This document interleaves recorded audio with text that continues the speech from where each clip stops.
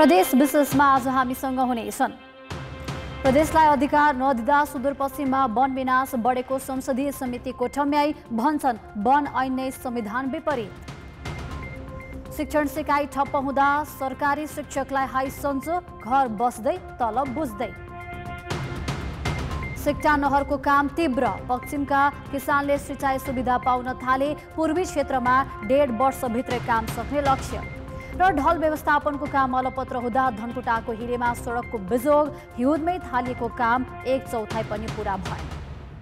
नमस्कार, म रुबिना थापा। यी थिए प्रदेश विशेषका आजका हाम्रा सामग्री। यसबाहेक हामीसँग बालबालिकालाई कुपोषणबाट जोगाउन खोटाङमा स्थानीय सरकारको प्रयास सम्बन्धी सामग्री हुनेछन्। हेर्दै गर्नुहोस् प्रदेश विशेष समाचार, समीक्षा र सन्देश।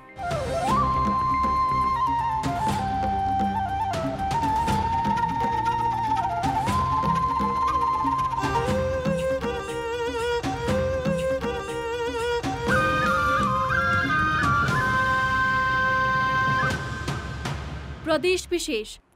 सुदूरपश्चिम प्रदेश सभाको अर्थ विकास तथा प्राकृतिक स्रोत समितिले वर्तमान वन ऐन संविधान विपरीत रहेको भन्दै त्यसको विरोध जनाएको छ।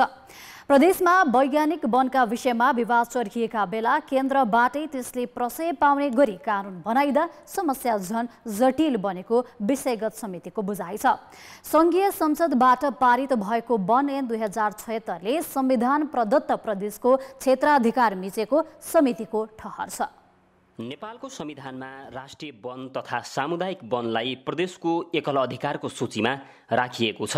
तर संघीय संसदले बनाएको वन ऐन 2076ले त्यसलाई समेत मिचेर केही काम अघि बढाएको भन्दै सुदूरपश्चिम प्रदेश सभाको अर्थ विकास तथा प्राकृतिक स्रोत समितिले विरोध गरेको हो। उक्त ऐनमा प्रदेशको अधिकार खुम्च्याउने र सम्पूर्ण अधिकार केन्द्रकै मातहतमा राख्ने काम भएकाले साझा अधिकारका विषयमा नेपाल सरकारबाट हुने एकल निर्णय अमान्य हुने समितिको ठहर छ। यो वनको मामलामा जस्तै वनको क्षेत्र भनेको त प्रदेशको अधिकारको एकल अधिकारको निर्णय हो। संविधान त यो प्रदेशलाई जिम्मा छ। त्यसैले हामीलाई सङ्घीय सरकारले जुन नीति लिएको छ, प्रदेश सरकारलाई पनि सँगै लिएर यो वनको संरक्षण गरेर यसका बारेमा गम्भीर छलफल गर्ने, यदि काहीँ कमजोरी भएको छ। संविधानमै उल्लेख भएको 3 तहको सहकारिता, सहअस्तित्व र समन्वयको सिद्धान्तबाट समेत संघीय सरकार अघि नबढेको प्रति समितिले विरोध गरेको हो। वनका नाममा हुने अनियमितताको अनुगमन गर्ने अधिकार प्रदेशलाई भए पनि 1 वर्षभन्दा बढी सजायका लागि फेरि केन्द्रमै पुग्नुपर्ने व्यवस्था वन ऐनले गरेको छ। प्रदेशको क्षेत्राधिकार भित्रकै बेवारिसे बाहेक अन्य काठ उपभोगका लागि पनि केन्द्रकै अनुमति चाहिने उक्त ऐनमा उल्लेख छ। प्रदेशको अधिकार केन्द्रले मिचेपछि अनियमितता बढेको भन्दै त्यसको निर्तुसानका लागि प्रदेशलाई अधिकार दिनुपर्ने र कानुन सम्मत काठ उपभोगको बाटो तय गर्नुपर्ने समितिका सदस्यको भनाइ छ। वनको छेउमा बस्ने मान्छेले दाउरा पाएन, काठ घर बनाउँदाखेरि काठ पाएन, भोलि चाहिँ चोरीको मुद्दा लाग्ला, त्यसरी घर त बनाउनु पाउनु पर्यो नि त। यो कुराको लागि सरकारले छिट्टै चाहिँ निकास दिनुपर्छ। सुदूरपश्चिमको 11,46,000 हेक्टर वन क्षेत्र मध्ये 7 जिल्लाको झण्डै 34,000 हेक्टर क्षेत्रफलमा वैज्ञानिक वन व्यवस्थापन कार्यक्रम लागू भएको छ। वैज्ञानिक वनमा अनियमितता बढेको भन्दै जेठ 28 गते मन्त्री परिषद बैठकबाट सालको काठ ओसार पसार तथा बिक्रीमा लगाइएको रोकले झन तस्करी बढेको भन्दै संघीय सरकारबाट हुने एकल निर्णय र एकल अनुगमन रोकिनुपर्ने माग उक्त समितिको छ। साथै ऐन पनि संविधान सम्मत आउनुपर्ने र छानबिनको दायरा फराकिलो बनाएर अनियमितता गर्नेलाई कारबाही गरी नेपालको वन क्षेत्रलाई उत्पादनमुखी बनाउनु पर्ने माग गरिएको छ। कान्तिपुर समाचारका लागि महेन्द्र बम, धनगढी, कैलाली। वन ऐनका कारण तस्करी झन बढ्न थालेको प्रदेश संसदीय समितिको ठम्याइलाई गम्भीरतापूर्वक लिँदै कानुन संशोधनतर्फ संघीय सरकारको ध्यान पुगोस्। कोरोना भाइरसको सन्तास र लकडाउनका कारण चैत दोस्रो सातादेखि बन्द सामुदायिक र निजी विद्यालय अझै खुलेका छैनन्। सरकारले 5 विकल्प दिएर वैकल्पिक शिक्षा सुरु गर्न निर्देशन दिएको छ। तैपनि अधिकांश सामुदायिक विद्यालयले वैकल्पिक शिक्षा सुरु गरेका छैनन्। यो कपिलवस्तुको यशोधरा गाउँपालिकाको अनिरुद्ध पब्लिक मावि हो, जहाँ चैत दोस्रो सातादेखि क्वारेन्टाइन र आइसोलेसन सेन्टर सञ्चालनमा छ। विद्यालयले केही दिन अघि नतिजा त निकालेको छ, तर शिक्षक विद्यालय आउने वा वैकल्पिक शिक्षणको कुनै विधि प्रयोग गरेका छैनन्। रूपन्देही जिल्लाको बुटबलको तिलोत्तमा माविमा 19 शिक्षक छन्। यहाँ क्वारेन्टाइन र आइसोलेसन सेन्टर छैन। यद्यपि विद्यालयले अहिलेसम्म वैकल्पिक शिक्षण सुरु गरेको छैन। विद्यालय आए नआएको हाजिर नहुने भएपछि यस विद्यालयमा समेत शिक्षक कमै देखिन्छन्। विद्यालयको सेवा क्षेत्रको आसपासमा कोही घर कोही भाडामा बस्ने साथीहरूलाई आलो पालो हिसाबमा बोलाएको छ भने जिल्लाभन्दा बाहिर अथवा यो क्षेत्रभन्दा बाहिरको साथीहरू आउन आएको छैन। उहाँहरू नआएर गयल हुने, आएर हाजिर हुने चाहिँ छैन। तर हामीले अभिलेख चाहिँ राखेका छौँ आएकाको। सङ्घीय सरकारले असार पहिलो सातादेखि नै वैकल्पिक शिक्षाका 5 विकल्प दिँदै शिक्षण प्रक्रिया थाल्न सामुदायिक विद्यालयलाई निर्देशन दिएको थियो। प्रदेश 5 का करिब 850 विद्यालयमा क्वारेन्टाइन छन्। त्यसबाहेकका अधिकांश विद्यालयले पनि वैकल्पिक शिक्षण प्रक्रिया थालेका छैनन्। कक्षा 12 सम्मको शिक्षाको जिम्मा स्थानीय तहमा छ। स्थानीय तहले जोखिमता मूल्याङ्कन गरेर वैकल्पिक शिक्षण थाल्न चासो दिएका छैनन्। त्यसैले चैतदेखि घरमा बसेका शिक्षक अहिलेसम्म पनि घरमै आराम गर्दै तलब बुझ्दै गरेका छन्। यो महामारी भनेको सेन्टर पोलिसीमा चल्नुपर्ने चिज हो। 753 आफै चल्यो भने अराजकता हुन्छ। महामारीमा अराजकता भयो भने त्यो महाप्रलयकारी हुन्छ र त्यो ठेकिन सक्नुहुन्छ। त्यसो भएर हामीले यो महामारीका सवालमा सङ्घीयता, युनिट, एकाइ, 3 सरकार होइन, एक सरकार भएर काम गर्नुपर्छ। एउटै द्वारबाट काम गर्नुपर्ने भएको हुनाले हामीले छुट्टै प्रबन्ध गर्ने कुरा भएन। सङ्घीय सरकारले रेडियो र टेलिभिजनबाट दूर शिक्षण सुरु गरेको छ, तर विद्यालयका शिक्षकले नै चासो नदिँदा त्यसमा विद्यार्थी सहभागी हुने र पढ्ने दर निकै कम छ। यस्तो समस्या देशभरमा छ। विद्यालय नआउने शिक्षकलाई पनि सार्वजनिक बिदाको व्यवस्थाले जोखिम नभएका क्षेत्रका शिक्षक पनि घरमै बसेर तलब खाएका छन्। विद्यालयमा हाजिर गर्ने, विद्यालय आउनै पर्ने भन्ने बाध्यता अहिले त्यस्तो नीति पनि आएको छैन र सम्भव भएसम्म अब विद्यार्थीको सम्पर्कमा पुग्ने विभिन्न तरिकाले प्रयास भइरहेको छ, तर पर्याप्त छैन। सङ्घीय सरकारले कोरोना संक्रमण र लकडाउनलाई मध्यनजर गर्दै radio, television, online, audio video र समूहगत शिक्षणद्वारा वैकल्पिक विधिको प्रयोग गरेर सामुदायिक विद्यालयमा पनि शिक्षण प्रक्रिया थाल्न निर्देशन गरेको छ। तर अधिकांश सामुदायिक विद्यालयहरूले नतिजा निकाल्ने र पाठ्यपुस्तक बाँड्ने काम सुरु गरे पनि वैकल्पिक शिक्षण विधिको प्रयोग गरेर शिक्षण प्रक्रिया थालेका छैनन्। सरकारले सामुदायिक विद्यालयका शिक्षकहरूलाई कहिलेसम्म कामै नगरी तलब खुवाउने हो सोच्न आवश्यक छ। कान्तिपुर समाचारका लागि क्यामेरामा स्वस्तिक श्रेष्ठका साथ धनुषाबाट अमरकान्त ठाकुर र अमृता अनमोल, बुटबल, रूपन्देही। कोरोनाको जोखिम अझै कम भएको छैन। यस्तोमा सावधानी अपनाएर शैक्षिक गतिविधिलाई कसरी सञ्चालन गर्नु उचित होला भनेर कार्यविधि तय गर्न अब चाहिँ ढिलाइ गर्नु हुँदैन। प्रदेश 1 का सत्तारूढ दलका प्रदेशसभा सदस्यले प्रदेश सरकारका योजना कार्यान्वयन गराउने कार्यालयले काम गरिदिए बापत 6 देखि 15% कमिसन लिने गरेको आरोप लगाएका छन्। नेकपा सांसद रामकुमार राईले आइतबार प्रदेशसभा बैठकको शून्य समयमा बोल्दै खोटाङमा सिँचाइ प्रमुख नै 9 लाख रुपैयाँ घुससहित पक्राउ परेको बताए। उनले कर्मचारीले तलदेखि माथिसम्म मिलाएर घुस माग्ने गरेकोले यदि कारबाही नभए यसमा मुख्यमन्त्रीदेखि सचिव पनि मुछिने स्पष्ट पारे भनेर तोकिन्छ। मुख्यमन्त्री, मन्त्रीहरू, त्यो सँगै मुख्य सचिव, सचिवहरूको कुरा आउँछ। यो अत्यन्तै गम्भीर विषय हो। ती भ्रष्टाचारीहरूलाई जो हाम्रो यो सरकारले मानहानिको मुद्दा हालेर थप कारबाही गर्नुपर्छ भन्ने म माग गर्दछु। नेकपाका सांसद बलबहादुर सामसुहाङले असार मसान्तभित्रै निर्माण व्यवसायीलाई सम्बन्धित मन्त्रालयले दिने बाँकी रहेको 2 अर्ब निकासा गर्न आग्रह गरे। यता बागमती प्रदेशसभाले प्रहरी सेवा सम्बन्धमा व्यवस्था गर्न बनेको विधेयक 2077 सर्वसम्मतिले पारित गरेको छ। आन्तरिक मामिला तथा कानुन मन्त्री शालिग्राम जमकटेलले समितिमा छलफल भई आएको प्रस्ताव पारित गरियोस् भनी छलफलका लागि बागमती प्रदेशसभामा प्रस्तुत गरेका थिए। मन्त्री जमकटेलले राखेको यो प्रस्तावको विपक्षमा मत नपरेपछि सर्वसम्मतिले विधेयक पास भएको सभामुख सानुकुमार श्रेष्ठले घोषणा गरे।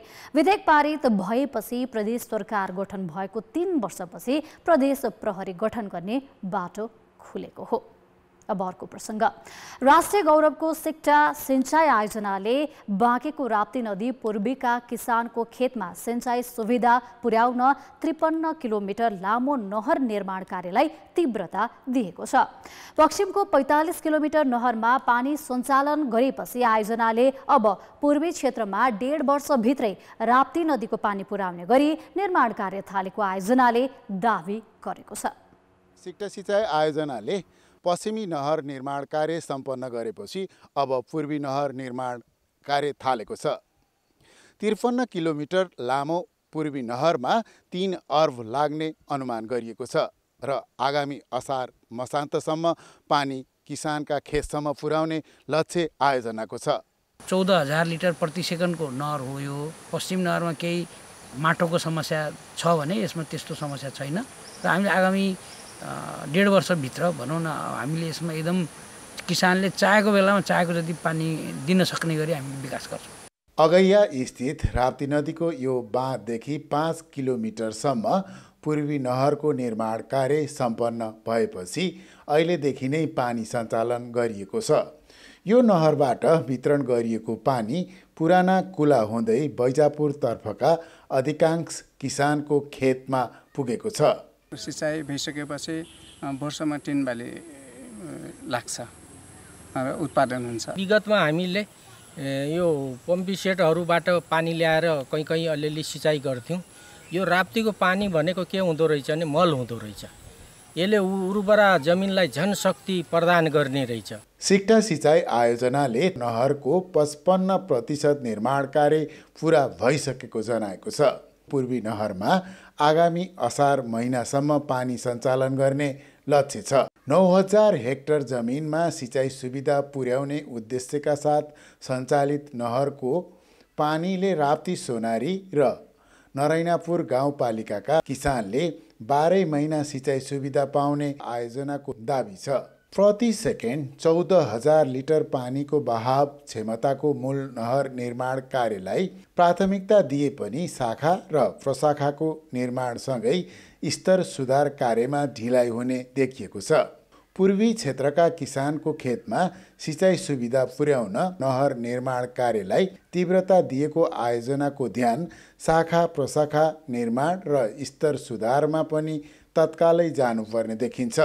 कान्तिपुर समाचारका लागि सविता जीसीका साथ जे पाण्डे, अगैया, बाँके। राष्ट्रिय गौरवको आयोजना समयमै सम्पन्न गर्न के कुरामा ध्यान दिनु पर्ला? तपाईको सुझाव हामीलाई हाम्रो ट्विटर ह्यान्डल @OurKTVमा मेन्सन गरी जानकारी दिन सक्नुहुनेछ। निर्माण कम्पनी र सङ्घीय खानेपानी तथा ढल व्यवस्थापन आयोजनाको ढिला सुस्तीका कारण धनकुटाको हिलेमा निर्माणाधीन ढल व्यवस्थापनको काम अलपत्र बनेको छ। ढल व्यवस्थापनमा भएको ढिलाइले हिले बजारमा सडक चौडा गर्ने काम समेत रोकिएको छ। ढल व्यवस्थापन र सडक विस्तारका लागि आफ्नै घर भत्काएर जग्गा उपलब्ध गराएका स्थानीयले कामले गति नलिएपछि आक्रोशित भएका छन्। सङ्घीय खानेपानी तथा ढल व्यवस्थापन आयोजनाको 7 करोड रुपियाँको लागतमा हिले सिरानदेखि कुवापानीसम्मको 2.5 किलोमिटरमा ढल व्यवस्थापनका लागि पाइप राख्न रमन भीमेश्वर जेबी निर्माण कम्पनीले हिउँदमै सडक भत्काएको थियो। दिशा पिसाब सहितको ढल कुवापानीको प्लान्टमा प्रशोधन गरी मल बनाउने योजना छ। 2 वर्षे ठेक्काको आधा समय सकिँदा आयोजनाको काम 25% मात्रै सकिएको छ।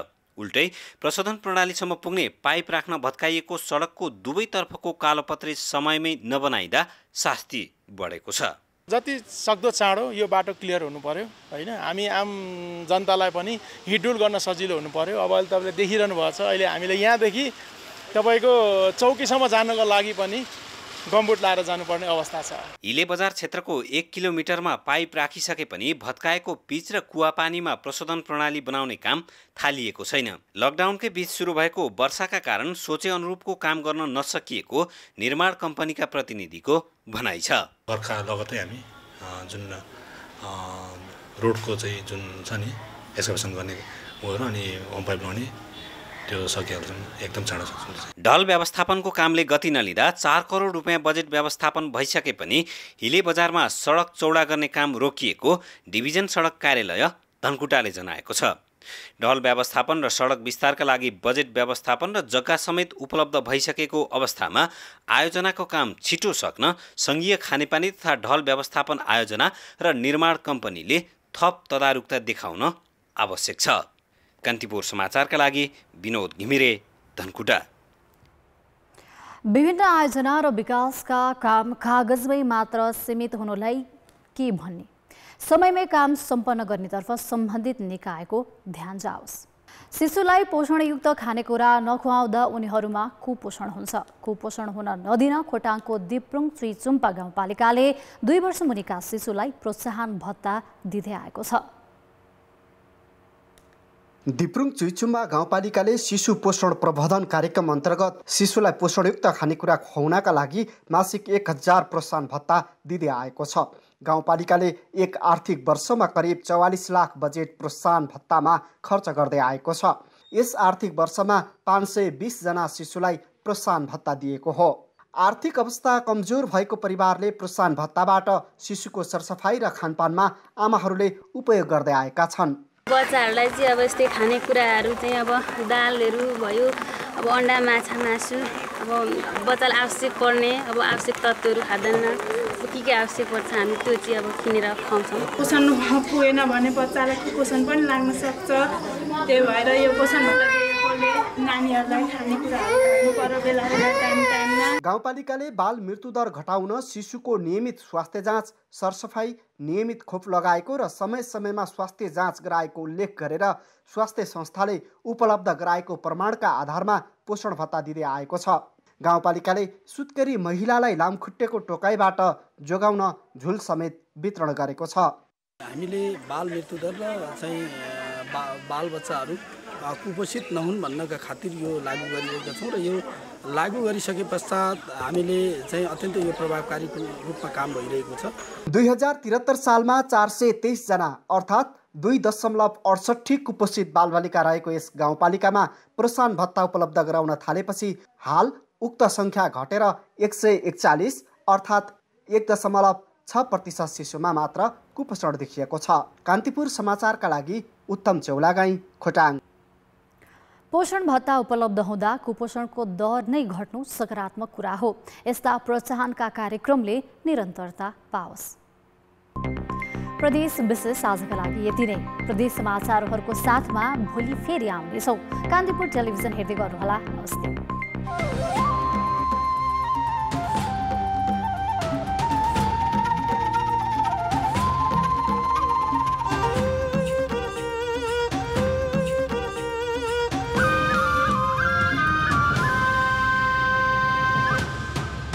प्रदेश विशेष